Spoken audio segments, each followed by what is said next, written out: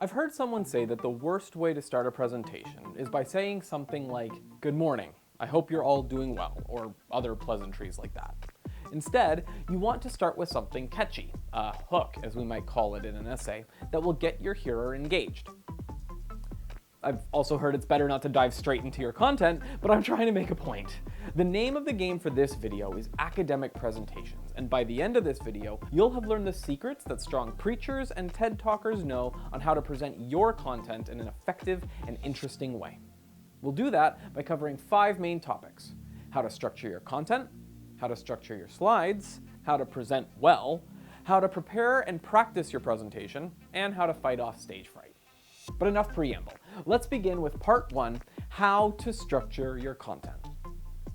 Now, this might seem like weird advice in a video about presentations, but I like to structure my presentations kind of like my essays. You need an introduction, body, and conclusion, and they all need to work together.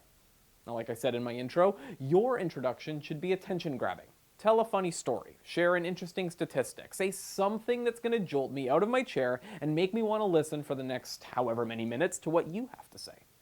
And then, like an essay, hit me with your thesis statement, or as we call them in presentations, your big idea, your bottom line, the one-sentence summary that you want your audience to remember about your topic. You should also plan out your conclusion. I see so many presentations where the intro is good, the body has interesting ideas, but the conclusion, whether because the presenter ran out of time or didn't think through their ending enough, caps off with the super interesting, and yeah, that's it. Thanks for listening.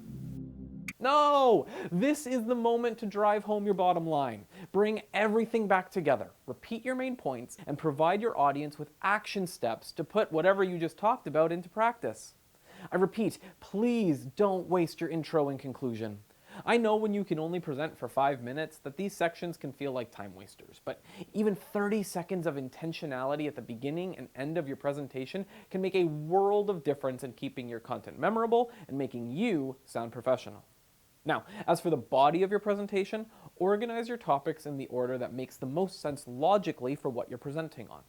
And remember to define things. While you know your content, your audience doesn't, so make sure that you clearly explain your concepts. This means that academic presentations should remain, like essays, more logical than emotional. Speechwriters love to appeal to the passions, to sob stories and exaggerations that make people angry, but in an academic context, sticking to the facts establishes your credibility far more than fear-mongering. But having said that, presentations can be more personal if the topic allows. Stories, examples, and illustrations are a great way to provide a little more life to cold factuality. And make sure to consider the counter-arguments. You can either include this as part of your presentation, or simply have some rehearsed answers ready if your prof allows time for Q&A. Part 2, how to structure your slides. Slides, while not technically required for presentations, are a very useful tool for supporting your content. They provide a visual aid, appealing to different kinds of learners, and gives your audience something to focus on other than the melodious sound of your voice. But that word supporting is key. Your slides should not contain the entire script of your presentation. Instead, aim for minimal words and perhaps a few non-distracting images that emphasize your key points only. Microsoft, the people who made PowerPoint, teach something called the 5-5-5 rule. This means no more than 5 minutes per slide, no more than 5 lines per slide, and no more than 5 words per line.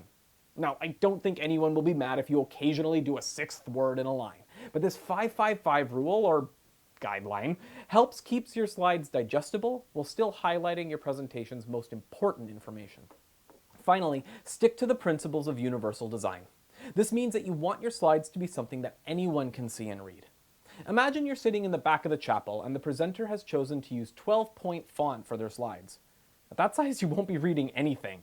So use large-ish fonts with contrasting fonts and backgrounds, light on dark or dark on light.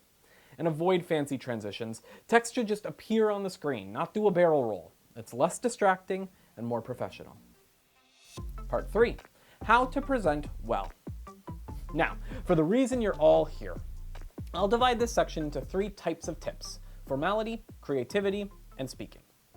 For formality, even for a class presentation, I would recommend maintaining a professional look and posture throughout.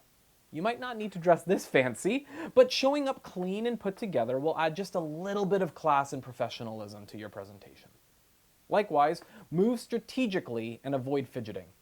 Many would say it's better not to move, period. And if you're able to present standing still in one place, I commend you. But I'm a hand talker, and if you see me present in a classroom, I'm walking back and forth all the time. The key is to move with purpose. For example, when I really want to emphasize an important point, I move to the center of my presenting area. Also, keep your tone in mind. Your goal is to entertain without being cheesy, to present strongly without being loud or obnoxious, and to keep a steady pace throughout.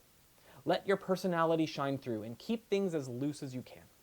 And maintain eye contact with your audience, not just with one person, but with people around the room. This helps build connection with your audience and helps them feel like you're talking to them, not at them. Second, we have tips for creativity in your presentation. A good presenter doesn't just regurgitate facts for 10 minutes. Instead, consider some of these techniques. Ask questions, and if you're really daring, let your audience answer them. Questions get people to think more deeply about your subject matter, and knowing there's even a small possibility to speak back to the presenter is enough to keep a lot of people engaged. Alliteration is another big one. There's a point-picking purpose for why pastors politerate. Yes, I know I cheated on the last one, but I bet you'll remember all those P's better than some of the other points I've discussed today. Similar sounds make things more memorable. Depending on the topic, you can also consider incorporating props. Some of the best presenters I've seen connect a concept to a visual so that the concept comes alive.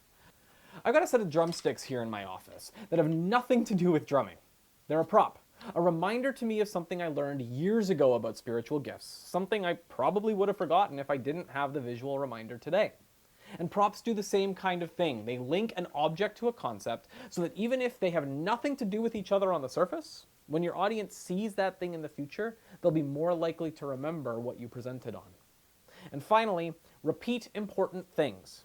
Repetition is good. Repetition drills the thing you're repeating into your head. If you really want your audience to remember something, repeat it. Now that you've heard repetition, or some form of it, 6 times in as many sentences, you can bet that it'll stick with you longer than something I said only once 5 minutes ago. So with formality and creativity done, now we tackle speaking tips. How should you actually deliver your content? Well, a common way that people present is to script their presentation and simply read it to the room. This can be effective when you read with enthusiasm and charisma, but there's a danger of losing your audience in the reading. The presentation becomes locked in, and if you aren't good at regularly shifting your gaze from paper to people, you might not notice or easily adapt if your audience is zoned out or look confused. The alternative is to work off of notes, either on a page or being prompted by your PowerPoint, and then draw from your research and memory to talk about those points. When I present, I prefer this method. It's more natural and allows you to constantly engage with your audience. Are they paying attention? Do they look confused? Do I need to elaborate more on something so they'll track with what I'm saying? But this method's strength is also its biggest danger. You're winging the delivery. This can lead to a lot more ums and pauses, and the danger is if you lose your place or train of thought, you don't have a script to remind you of the details. In short, there are pros and cons to both methods of presenting, and I'd say whichever you choose comes down to preference and environment. Like I said, when I'm in a classroom, I prefer to present off the cuff. But for these videos, I read my script off a little teleprompter under the lens. I'm literally doing that right now. For you, you should choose whichever method lets you present with confidence, lets you easily engage with your audience, lets you adjust on the fly when necessary, and lets you discuss your content in detail without being dull. Part 4, preparation and practice. Some of you might think I'm working backwards by covering preparation after presentation tips, and yeah, I kind of am. But one of the best ways to ensure your presentation goes well and you feel confident is to do the prep work on the front end. So, and we'll rapid fire these, do a spell check of your PowerPoint. If you only have 5 lines and 5 words per line, you don't want one of those words to be spelled wrong. So make sure your slides are good to go before you arrive, and whenever possible, take a moment to test your PowerPoint on site before you dive into your presentation. Along those lines, save and send yourself multiple copies of your presentation. There is nothing worse than being all fired up to present and then realizing the Wi-Fi is down, so you can't download your presentation. So send yourself an email with a copy of your presentation and save it in OneDrive or Google Drive and on a USB. Just cover all your bases. And whenever possible, save your presentation in a universal format so that if the presenting computer doesn't have Google Slides or PowerPoint or whatever, your presentation will work with another program. But I'd also recommend being prepared to present without your PowerPoint. It doesn't happen often, but sometimes you account for everything and then find out last second that the projector is broken. If that happens, shake off the nerves and let your knowledge of the content shine. Which is why the most important advice I can give when preparing is to practice. Even if you're good at winging things, the last thing you want is to be on stage and freeze because you can't remember what a line on your PowerPoint means. So go through your presentation in advance and do it out loud. That way you'll be able to hear the areas you feel less confident, where you stumble or maybe you're not very clear. Or maybe you'll realize there are things you need to change on your slides, and then go back and practice some more. And as you're practicing out loud, time yourself. This is the most surefire way to know whether the presentation fits within the time limit. If you run short, add some content. If you're too long, cut some things out, and give yourself some leeway. People tend to ramble more when they're nervous, but they also talk faster, so try not to plan your presentation down to the second. In short, practice might not make perfect, but it will certainly make your presentation more professional. Part 5, fighting stage fright. Practice is also one of the biggest antidotes to stage fright. When you know and have rehearsed your content, it makes it so much easier to go in front of people and speak with confidence. I cannot stress enough, do not neglect practicing your presentations in advance. But what are some other ways to overcome stage fright? Well, for starters, emphasize the information you know well. You're already going to be nervous, which will make remembering things harder. But if you focus on your message rather than how you feel, it can help alleviate some of that stress in the moment. Also, believe it or not, your audience wants you to succeed. So push back against negative small talk. I'm well prepared. I know my ideas. I care about this topic.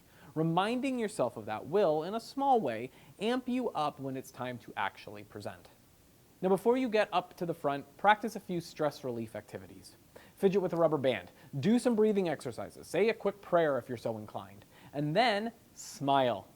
Look confident even if you don't feel that way, because acting cool and collected will help trick your body into feeling that way. Now, with all that said, I don't want to diminish the anxiety that some people have when they have to present. I know it can be overwhelming, so if you find yourself frozen with presentation anxiety, talk to someone, maybe even a therapist at the Wellness Center, and they can give you specific tips for how you can present to the best of your ability. So what have we learned today? Well, we've learned to structure your content logically with an introduction, body, and conclusion, and to include important definitions and examples that will make your content clear to your audience. We've learned to keep slides simple and accessible, sticking to the 5-5-5 rule whenever possible. We've learned how to present with formality, that we should be creative in our use of questions, alliteration, props, and repetition, and that we should choose a delivery method that fits with your style and level of confidence. We've learned that practice makes professional, and that taking the time to ensure you have working technology can save you a lot of headaches when something goes wrong. And lastly, we've learned that some of the best ways to overcome stage fright is to know your content well, to focus on your message over your feelings, and to fake confidence to trick your body into feeling confident. So as you prepare your presentations this semester, or perhaps as you store these tips away for presentations in the work world, I hope that you found them helpful. Good luck, prepare well, and happy presenting.